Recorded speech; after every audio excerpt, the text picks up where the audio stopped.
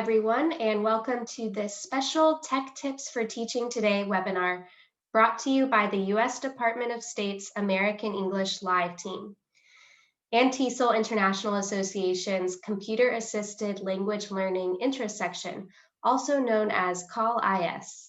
My name is Lauren, and I'll be with you today along with my colleague behind the scenes, Heather, who will serve as moderator to help answer your questions and respond to your comments during the session.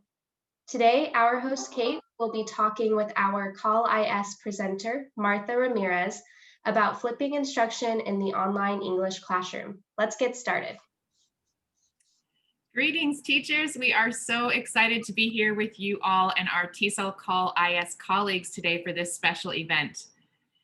This year, we know that teachers around the world have been rising to meet the challenges of online and hybrid English language teaching, and we hope today's tech tip sessions will provide additional ideas and techniques for you to apply in your virtual and hybrid classrooms. Thank you all for the amazing work you've done and do to support English language education during these unpredictable times. We love to see teachers learning. Please share your thoughts about and photos related to these sessions by emailing them to americanenglishwebinars@fhi360.org or by sharing them on social media. If you share on social media, please make sure to tag us at American English for Educators, at TESOL _ASSN Association, and at TESOL Call IS. So here's what to expect today. Our tech tip sessions will each be about 45 minutes long and will focus on online teaching and learning techniques. Our Call IS experts will present the material, and I, as your host, will ask questions and make comments too. But we really hope to hear from you, our audience, so that we can address your ideas and experiences. So please do share your thoughts using the comments feature or chat box, and also be sure to consider and share how you might adapt these ideas to suit your unique teaching situations. Our presenter will mention a variety of tech tools and apps examples in her presentation. The Department of State and TESOL International Association do not necessarily endorse any of the specific resources mentioned and encouraged during today's session, but we hope that you find some of these tools useful. Before we get started, I want to let you all know that in addition to this session, we will host an additional webinar today at 1 p.m. Eastern Time, which is about 3 hours from now. In that session, New Frontiers in Classroom Management, Effective Practices for Online Instruction, Justin Schewel will share a selection of practical strategies and accessible tools that can help teachers manage their e-classrooms during live virtual sessions. If you can't join us then, recordings of both webinars will be available on the American English and TESOL Call IS YouTube channels very soon. And now for today's session, Flipped Instruction in the Virtual English Language Classroom. In this webinar, we will explore the concept of flipped learning and examine how to apply it during courses that include live virtual sessions.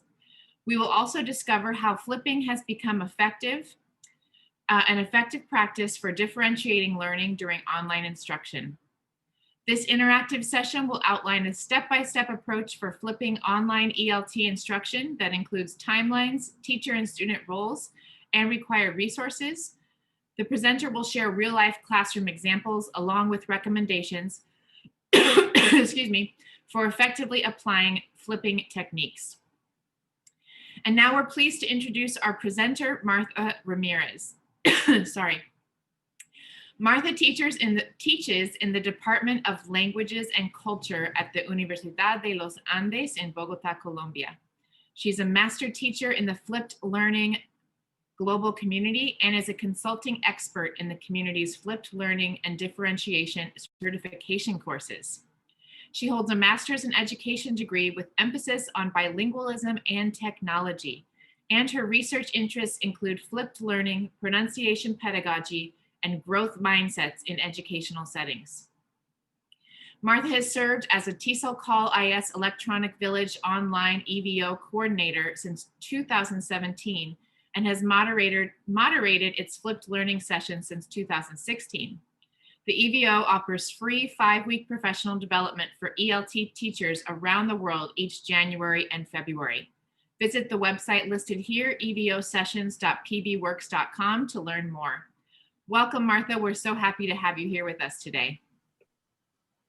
Thank you, Kate. I'm really happy to be here and to talk about one of my passions, which is flipped learning. So today I will be specifically focusing on flipped instruction in the virtual English language classroom. And I'm going to tell you a little bit of how this session will be divided. So we have our agenda will be divided in 3 questions. The first one is, what is flipped instruction?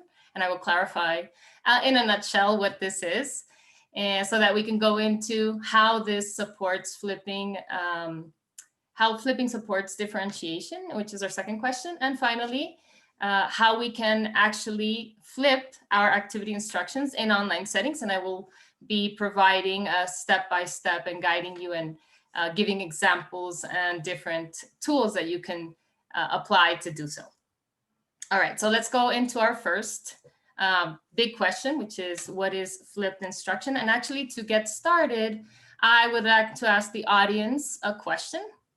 And that question is, what is flipped learning? And now here I would like you to, well, I'm sure there are some of you who are familiarized with flipped learning, but many of you might be new to this concept. So you can actually, whatever you think, whatever you've heard, please write it in the chat, and then we'll see what it is, how we understand it, so I can clarify. Yeah, please let us know what your thoughts are about flipped learning. How would you define it? And it's totally fine if you don't know very much about it. Just whatever comments or ideas you have, we'd love to hear what your idea is about what flipped learning is, how you might define it, or what types of things you might know about it. So let's see.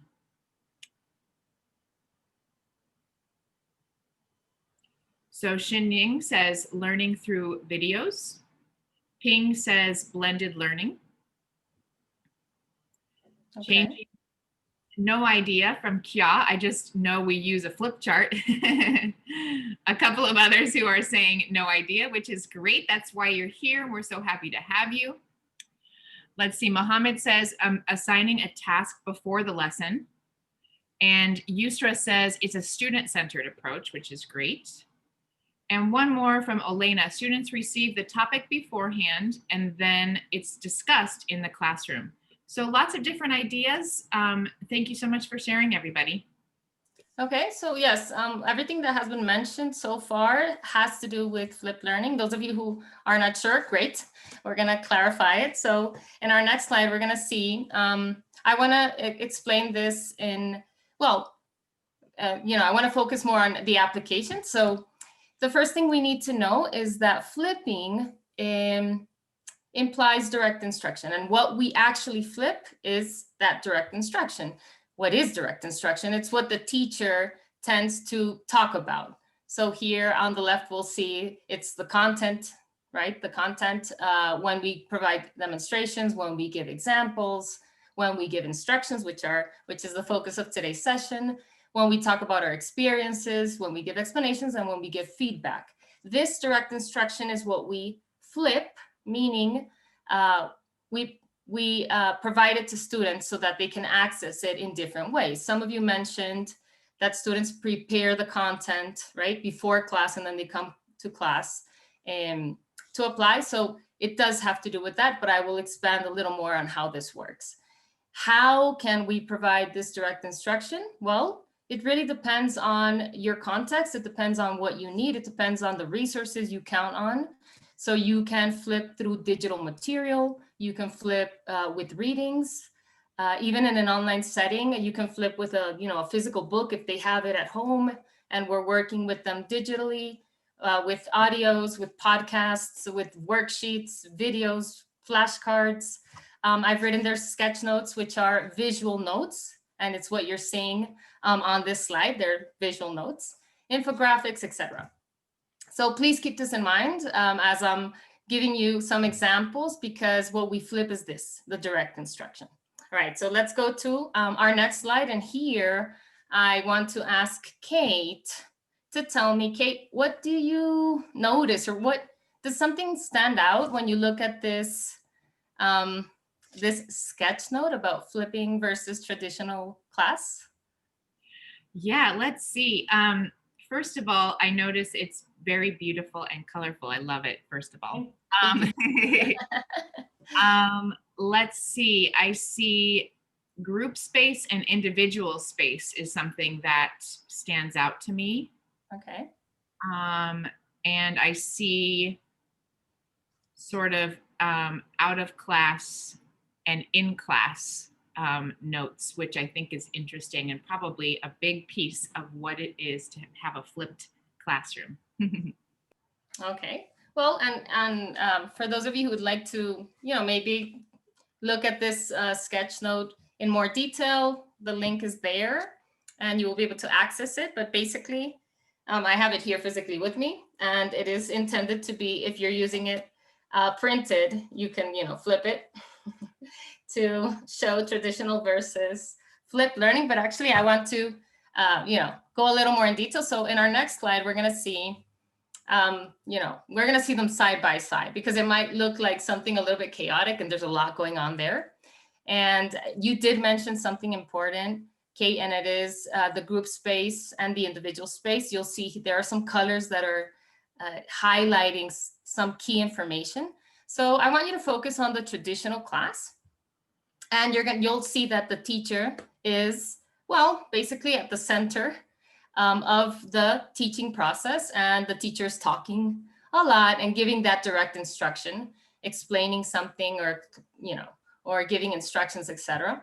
And the teacher is usually focusing on understanding and remembering. So what we want our students to do is, I want you to remember this, I want you to understand this, and I am the center and I'm the one who's explaining this. Students are usually learning passively in a traditional classroom setting. And this space where the teacher is interacting with the students is what we call the group space, all right? And that's important to keep in mind throughout the process, like as I'm explaining it, because that group space is when I'm connected with you, my students. The individual space is when the student accesses content on his or her own. And in a traditional setting, this is usually outside of class. It's the homework, right? And how it usually works is that since I'm focusing on understanding and remembering as a teacher, then you go home and you have to apply what you learned here. You have to analyze, evaluate, and create, which are the higher order thinking skills according to Bloom's taxonomy. And what happens is that, students are doing it on their own, so they might get confused, and, a lot of things go on there. And well, when we go into the flipped setting, you're gonna see it's like very, very different, very dynamic. A lot is going on. And if we focus on the group space, we'll see that students are or could be working on different higher order thinking skills. So notice there, that's one of the biggest like flips that we see. The teacher is a guide on the side. The teacher is supporting students' learning, facilitating the process. And students are working, they could be working individually, in pairs, or in groups. And a lot of active learning is going on. If we look under the group space, we'll see that the individual space is divided in two. So we have the out of class flip, right, which is like the homework part, where students will autonomously access flipped content, right, which is the direct instruction that the teacher has curated or created. And this could be in different formats, as I mentioned previously. And but we can also flip in class. That's what we call an in-class flip. And here the teacher provides that flipped content to students and serves as a support. So students are working autonomously, looking at this content, trying to understand, trying to remember, trying to will basically take in all this information that the teacher has curated or created, and the teacher will be there to help them in that process. So that's basically how we would understand flipping in a nutshell.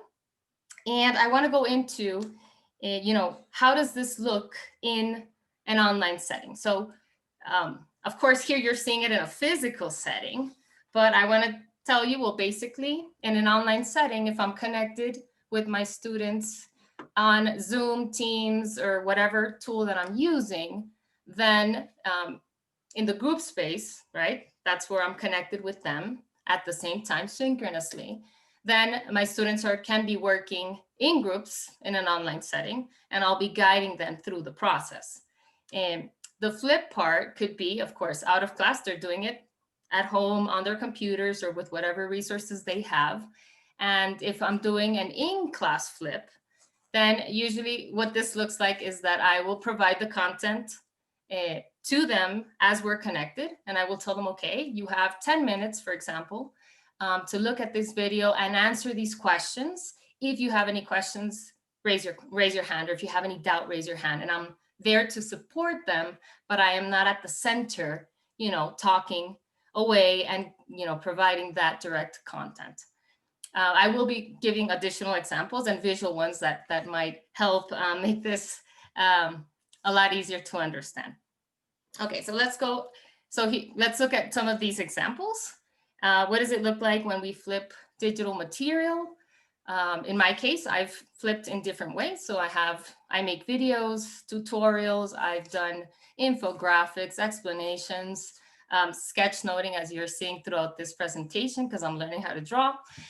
So it's become a strategy to teach this material. And this is what students tend to access in the individual space, whether it's out of class or in class. Okay, so I could tell my students, all right, here are 20 ideas to start a presentation. Take a couple of minutes, please read through them. You can do this in pairs, in groups, or individually. Ask me if there's any doubt that you have, and then we'll get started with the activity. So that's what it looks like. And so when we're in the group space, we're gonna see different types. We can use different types of content. In our next slide, we'll see what these can look like. And there are many resources that we can use. So here, these are just a few examples of my students' work. When we're working online, they have to talk about themselves and then design a type of infographic with their content, or they work in groups and they have to make a mind map in individual breakout rooms or mini chat rooms. They can make comics. I give them a lot of content where they have to do a tic-tac-toe and choose content. So there are many ways, and there are a lot of resources that you can use to do this online to make that group space interactive, dynamic, and creative. All right. So I want to ask the audience after this brief explanation, what are some benefits of flipping instruction? What do you notice just with this initial explanation? Yeah, we want to hear from you, everybody. What are some benefits of flipping instruction? So Dell mentions, this is not necessarily a benefit, but just a clarification or understanding that flipped classroom reverses the teaching homework paradigm, which is a great point. Let's see. Students can learn independently with flexible spaces from Zinn. Flipped classroom is leading to the students getting higher order thinking skills. Wonderful. Let's see. Komal says it accommodates learners with different abilities. Great. Shining says it encourages learner autonomy. Rosemary says students can learn at their own pace. Micah says it allows for more speaking time for students.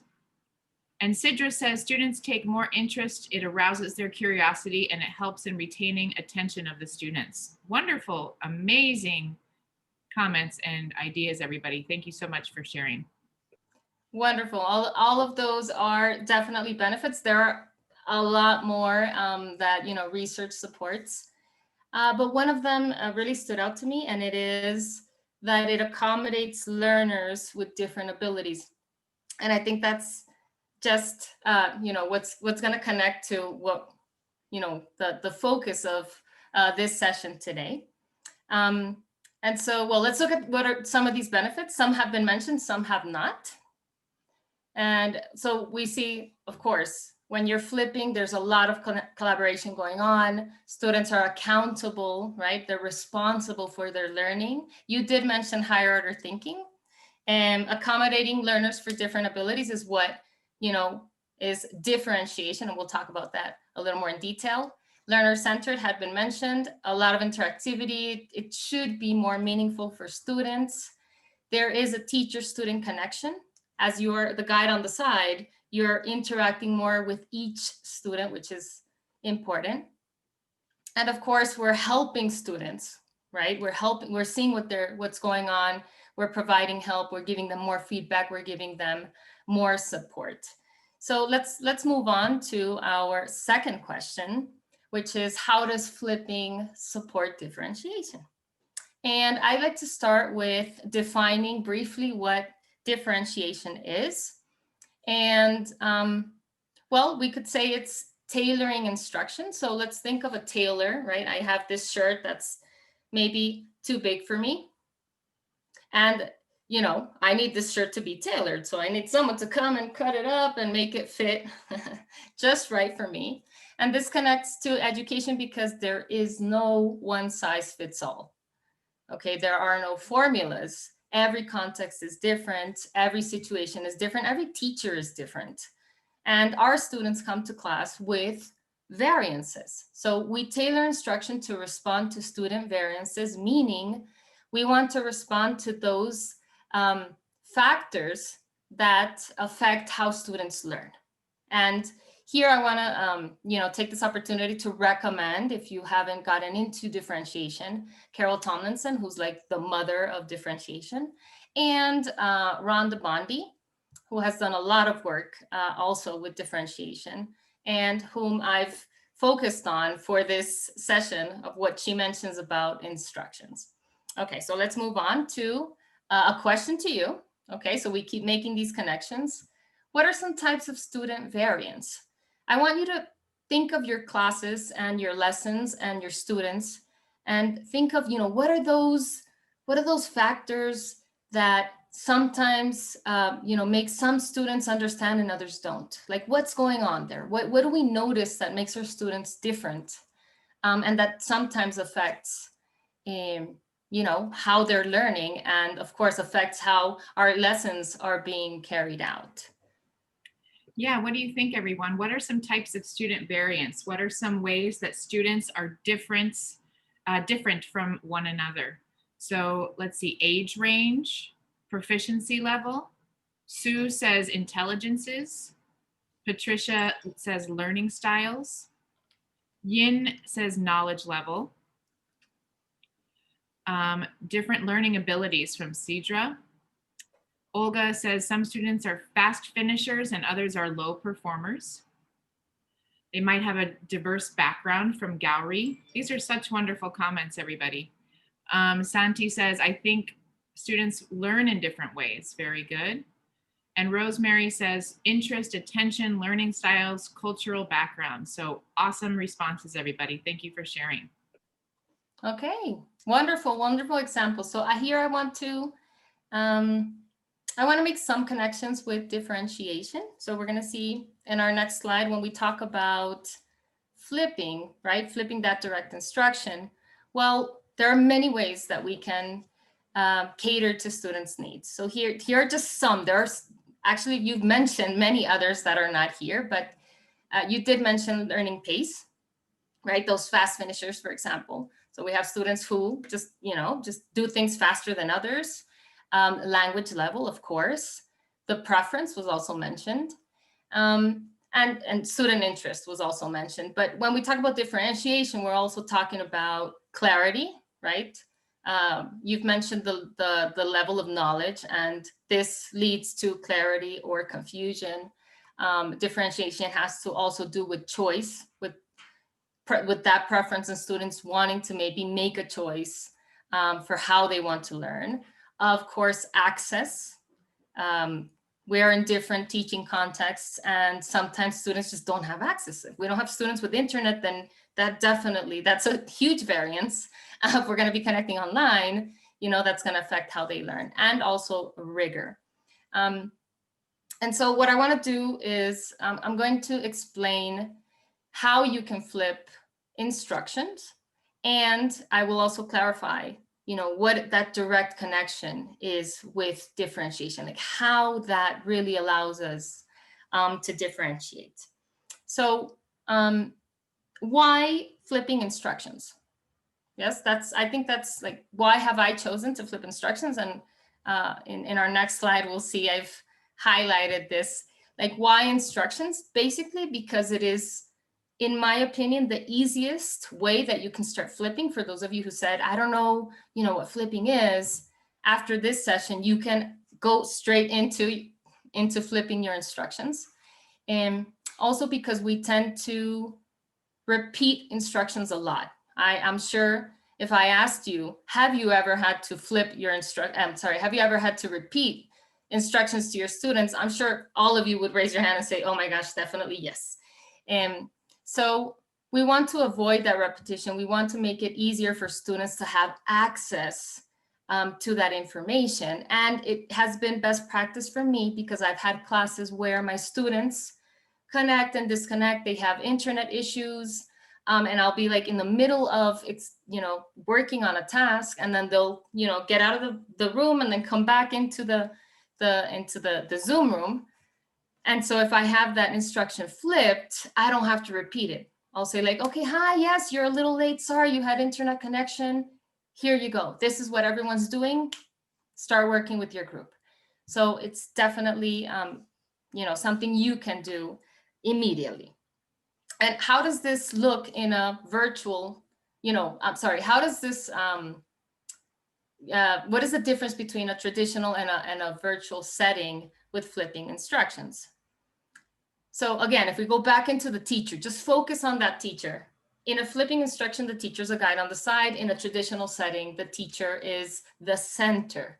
If you are working in a traditional setting, you're the one providing the instruction, right? You're telling students, hi, everyone, today we're going to work on this, step number 1, etc. If I'm in a flipped learning environment and I'm the guide on the side, I'm not explaining these instructions. So I need to provide them to students in some way. Today, I'm going to show you just one way that you can do it. You can, of course, flip instructions with an audio. You can flip instructions with a video, but I'm going to show you just one way that you can do this that I'm sure will be extremely helpful. So let's move on to our third question, which is, how can we flip activity instructions in online classes? So I'm going to show you one example of flipped instructions. And I want to give you a little bit of context here. So these are instructions that I taught my my students who are English teachers at a master's program. I was teaching them a course on how to teach pronunciation. And we were working online, of course. And these are the instructions that I provided to them. So Kate, I want to ask you, when you look at these instructions, what do you notice? What was I telling my students to do?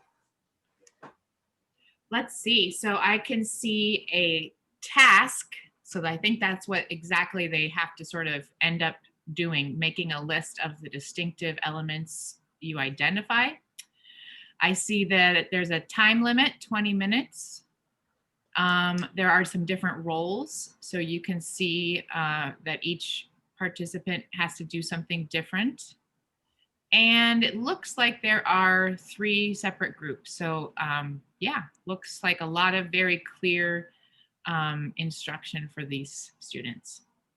Okay, thank you, Kate. Well, so, remember I mentioned clarity as one of the aspects we want to focus on when we're differentiating, and well, in general, as educators, we want to be crystal clear with our students.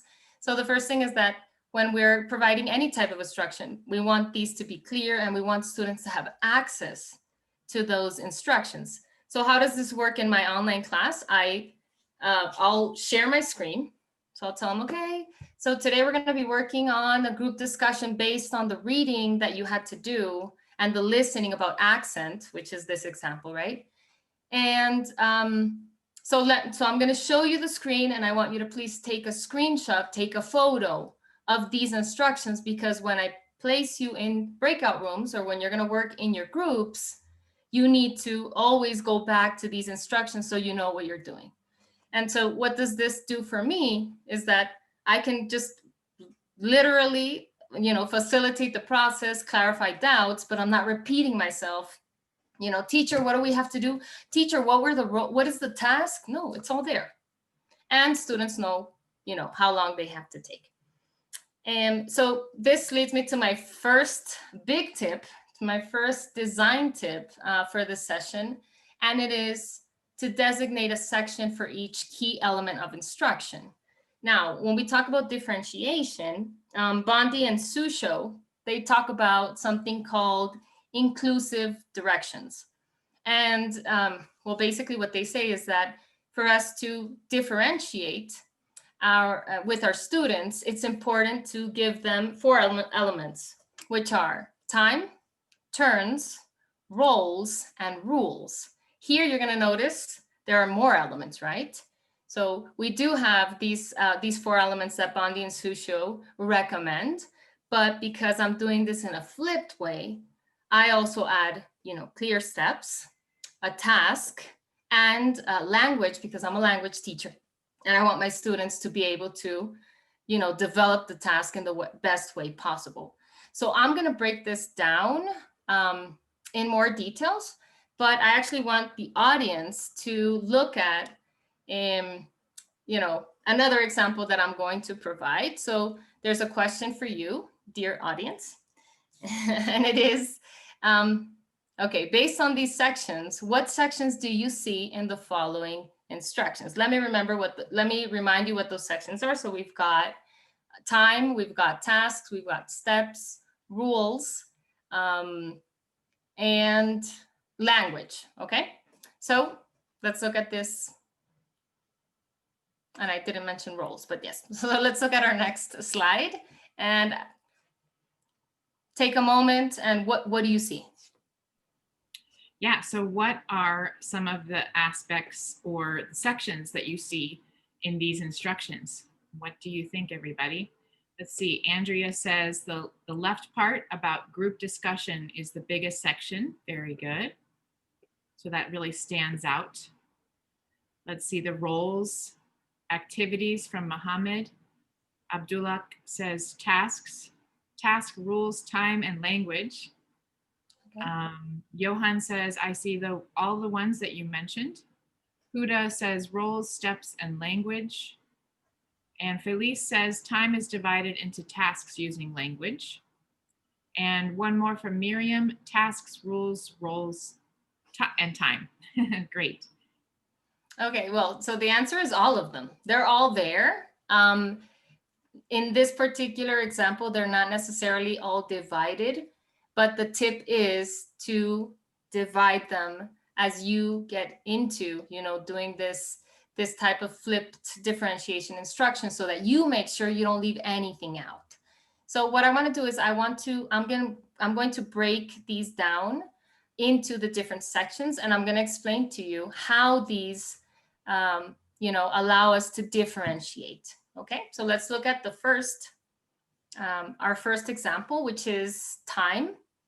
And I always leave a specific section for time just so that it's, you know, very evident for students.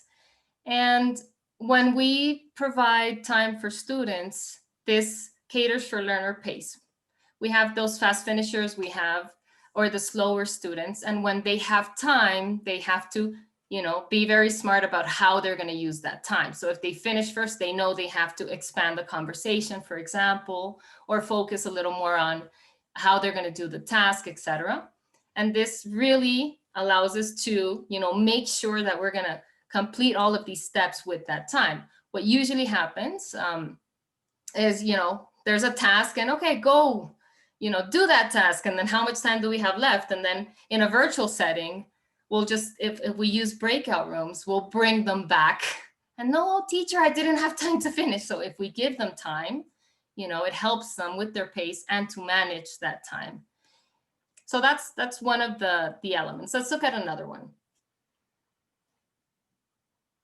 All right, we've got turns. Turns are very helpful because they allow they allow us to save time, not us, the teachers, but the students, because sometimes students take too much time deciding who's going to go first, who's going to go second. And it's happened to me. I'll go into a breakout room and students are still deciding who's going to start. So no, it's a really good idea just to tell them, look, you're going to take turns in reverse alphabetical order, or according to your birthdays, you know, the order, chronological order of your birthdays or whatever. We can also actually set the turns, right? If we want to be very specific, we could say in each group, these are the turns, and this is how you're going to do the work. Regarding differentiation, it allows equal participation. We're including all of our students because there are turns, and we're telling them each of you has to participate, right? So that's very important to keep in mind. All right, and in the next one, which is rules. There you go, okay. You can decide to put specific rules or not. This really depends on what it is, you know, the instructions are for. But as a language teacher, I find that giving a rule about the use of the language is very helpful because students stick to the rule. If we just randomly tell them, look, you're going to talk about this topic, and then you're going to do this task, but I'm not telling them, reminding them, you need to use this academic language, or you need to use these verbs, you need to use these adjectives, students forget. And because this is flipped, remember, students are always, as they're working, they have the screenshot, or they have the photo, or they have the link. So they're always going back to this instruction and remembering what they have to do. So that's in terms of rules. Now let's look at roles. In these examples, you'll see I've put some roles. There are so many roles that we can give students, but definitely one that I love is timer. Right? So you have 30 minutes, we have a timer. The timer saying, okay, we got 20 minutes, 10 minutes, etc. The note taker, the screen sharer, this is important. You know, like who's going to share that screen for the task, who's going to report. So if this is in groups of 4, again, I'm engaging all my students in the process. I'm making sure that they know they have a role and that what they're doing is important in this exercise. Right? So that's in terms of roles. In terms of steps,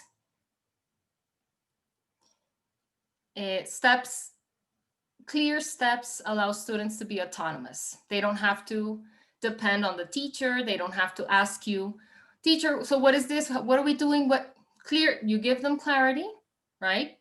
And you let them do their thing. You let them work as a group or in pairs or autonomously. But you've given them everything that usually in a traditional setting, the teacher is the one who's explaining it, right? So we don't have that memory problem. I forgot what we're doing. No, it's right there.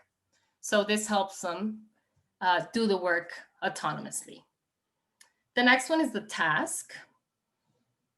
And I believe that in any activity that we assign to students to work in groups or in pairs, etc., we need to have accountability. We need to have something that shows us that they're doing the work. It's not just discussing for the sake of discussing or writing for the sake of writing, or, you know, there's something that they have to show me, which sometimes in a physical setting is a lot easier because you're seeing that they're working.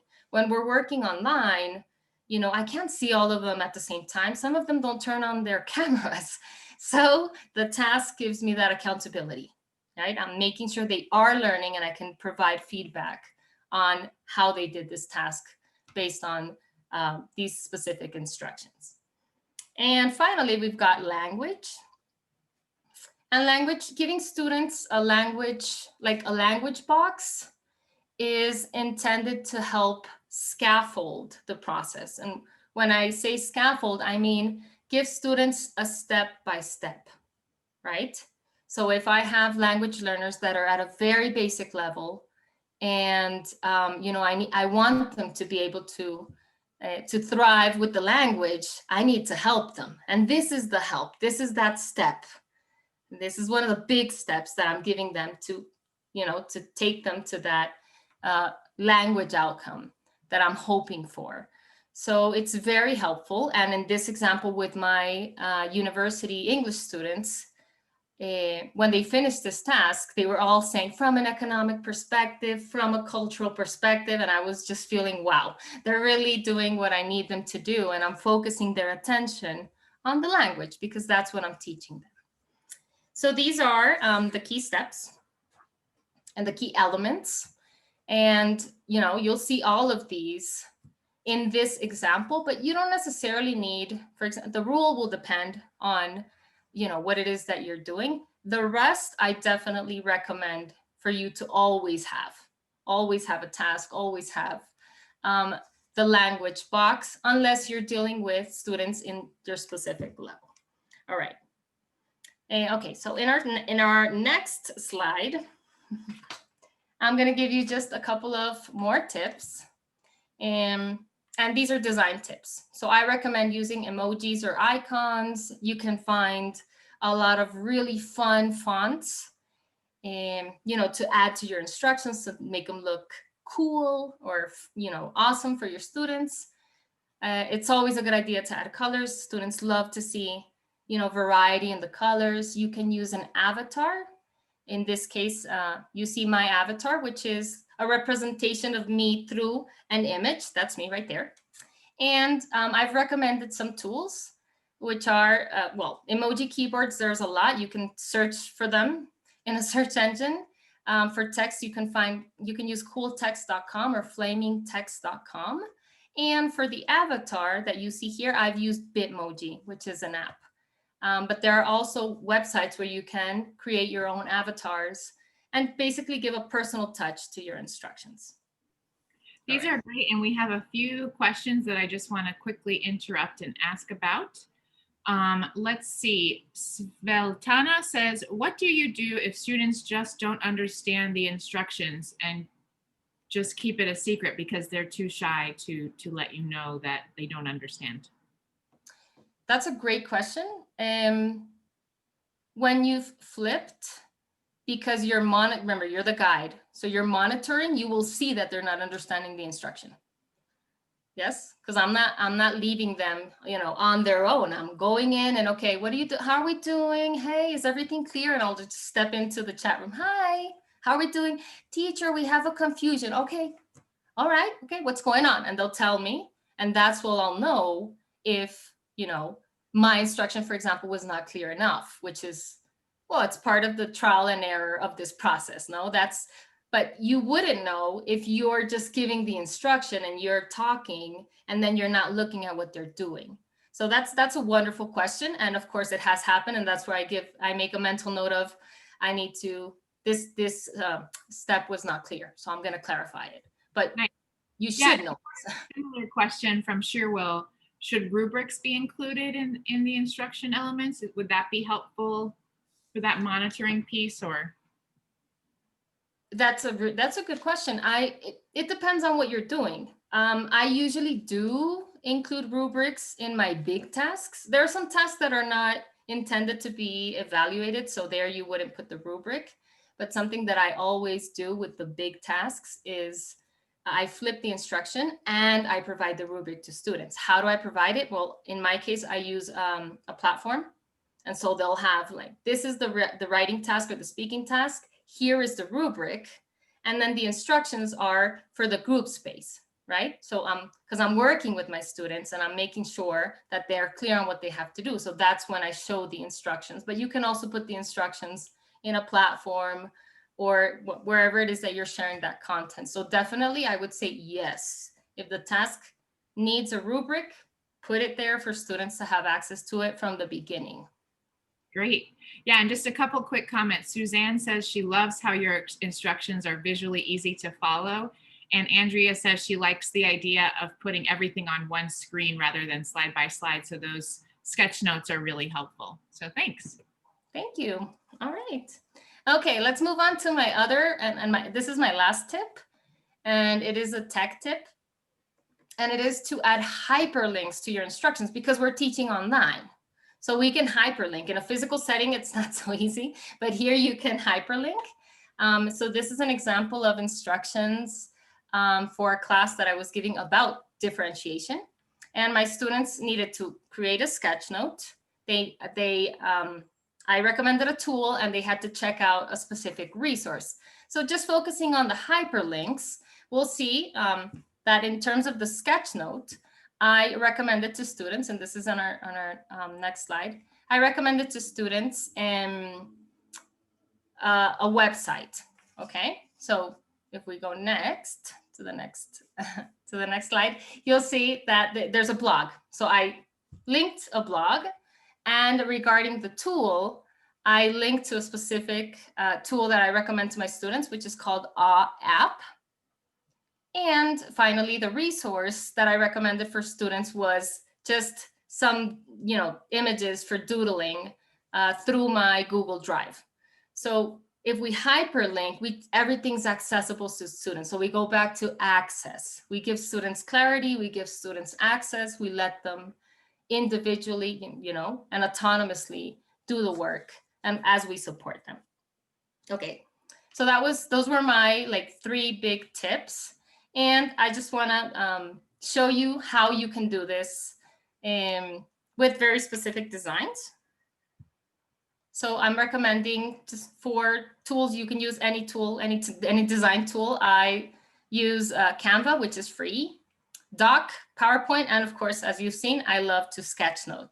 So if we look at the example of Canva, what I've done is just explained or shown you how the instructions look designed through this tool. And then, what happens if we use this in PowerPoint or Doc? So let's look at what that looks like. It changes a little bit, but you can do it easily in a Word or PowerPoint, or you can just draw. And you could draw the instructions, which is what I'm kind of going more into these days to practice my drawing skills. And you could take a picture, you can scan it, you can share it online. So there are many ways that you can do this. What's important is that this is a strategy that you can apply today. You have class tomorrow, go for it. It's not, it doesn't require a lot of work from the teacher, depending on how much you want to design, but it's something that you can start doing right now.